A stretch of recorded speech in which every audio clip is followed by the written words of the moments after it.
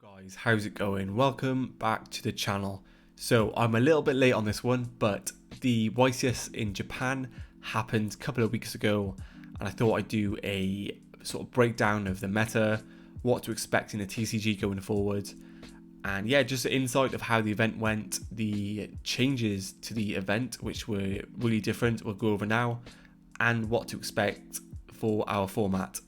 So we'll get into the actual details of the YCS. So it happened on the 27th of March, so it was a couple of weeks ago in Japan. 3,000 players, but 7 rounds of Swiss with a top 64, best of 1, no side deck.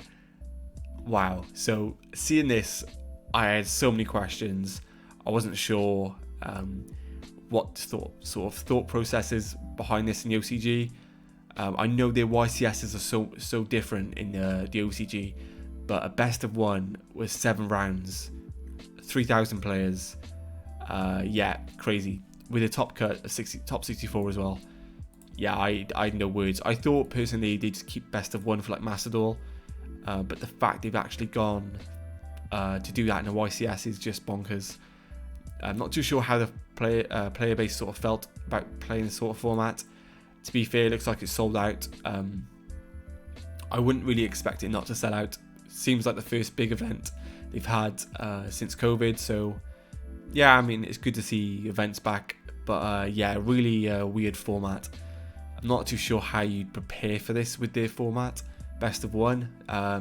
It sort of cuts a lot of variables down as to what you'd expect in a best of 3, 11 round YCS. I mean, it'd be 12 rounds, I believe, with 3k participants. But yeah, pretty crazy. But we'll get onto the deck actual breakdown. So top 16, they've covered here. So if you guys have any questions in chat, and just let me know in the comments, and I'll get around to everyone. So obviously for the adventure engine, they have 2 right and 2 of the water enchantress, or I think it's 1 of the water enchantress. I think it's 1 or 2.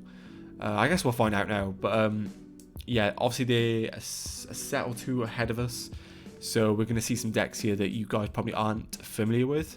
So Mystery Rune is one of them. So this is like a synchro fusion archetype that can play like Hulk, Baron. It's quite a small engine, as you can see here. You can play like Talents, cross out called, as well as the adventure engine. So it's definitely a deck to do some research on. I think it could probably have quite an impact in TCG here. I expect when this sort of set comes around for Konami to do some hits on the current decks like Prank Kids, etc. I might do a ban list discussion video, so if you guys want to see that, let me know. But yeah, this is one of the decks I expect to come into the metagame for sure. So top 16 here. So far we've just seen one of those. We also have Attic Nista. So this is a deck that was super popular during Tri-Brigade format, Drytron format, sort of last summer, I believe. Hasn't been too much represented since, but we see a top 16 list here. No Adventurer. I believe you need a normal summon in this deck, so yeah, you can't really play the Adventurer, but the Link 6 is pretty broken. Kaijus aren't really in the format at the moment, so when that's ever a case, this deck can sort of, if it pops off, and you kind of get a free win. But yeah, I think this deck's main issue is it loses to so many hand traps. If you in the format of loads of hand traps, this deck just loses to like Nib or Droll. So yeah, but a cool deck, and I think with it being best of 1, we're going to see a lot of rogue, but like not tier 1 decks in this sort of top 16 breakdown. But yeah, going on to the next list, we have Flandereeze. I think Flandereeze is really insane in the OCG, purely because of Maxi. You can just play around Maxi. We've seen double riser here, which is quite interesting. I know some people sort of picked up on that in the TCG, playing the 1 M-Pen and 2 riser. But I think people are starting to play 2 M-Pen and 1 riser now in the TCG. But it shows the way we can play similar decks to the OCG. We sometimes take inspiration from them, they take inspiration from us. But yeah, this is quite standard, to be fair. Nothing too spicy happening.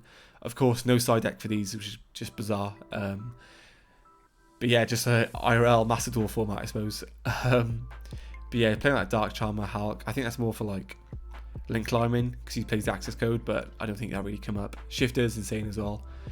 Another Flandereeze deck, a lot, not too much different actually. I think we see Effect Veiler, so I think the hand traps really vary.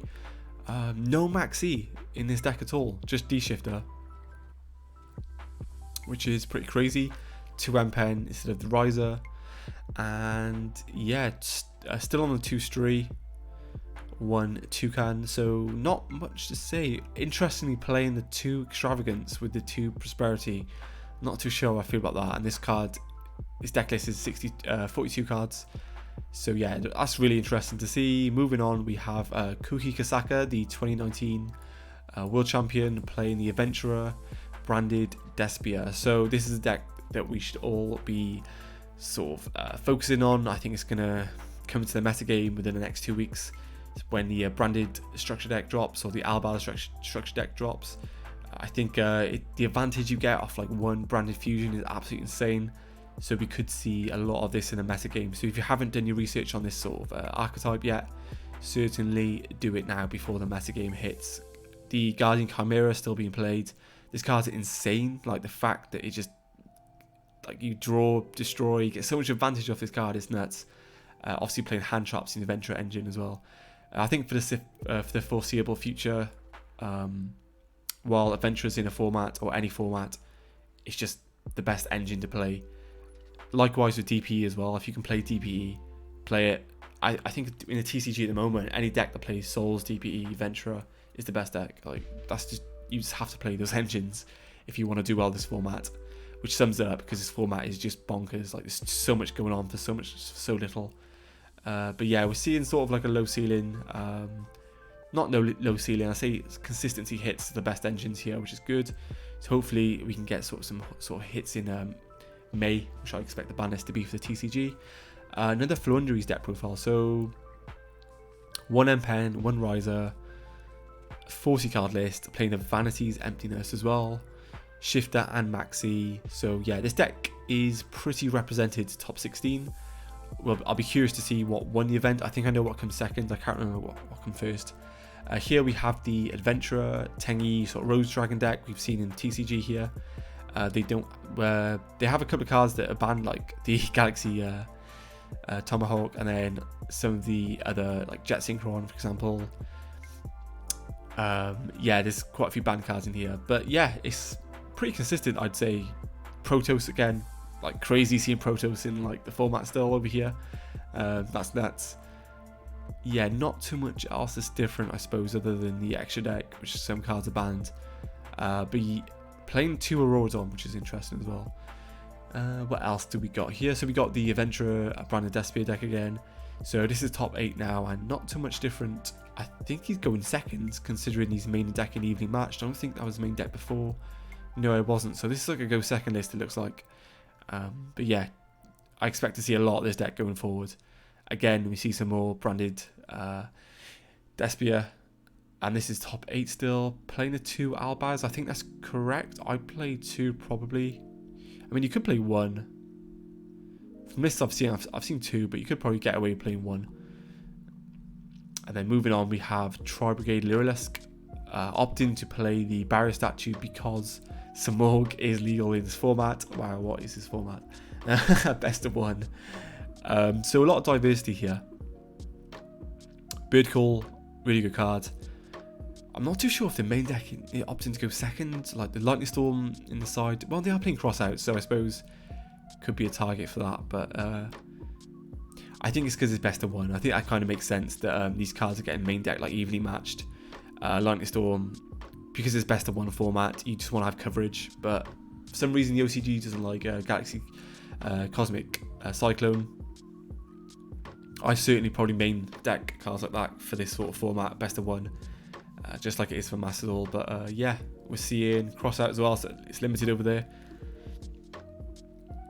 2 Desires, I believe it's semi-limited over there as well. So top 4, we have the Adventure Tengi deck. Again, not too many changes. From the last list, Protoss, I believe, is in here. No Protoss.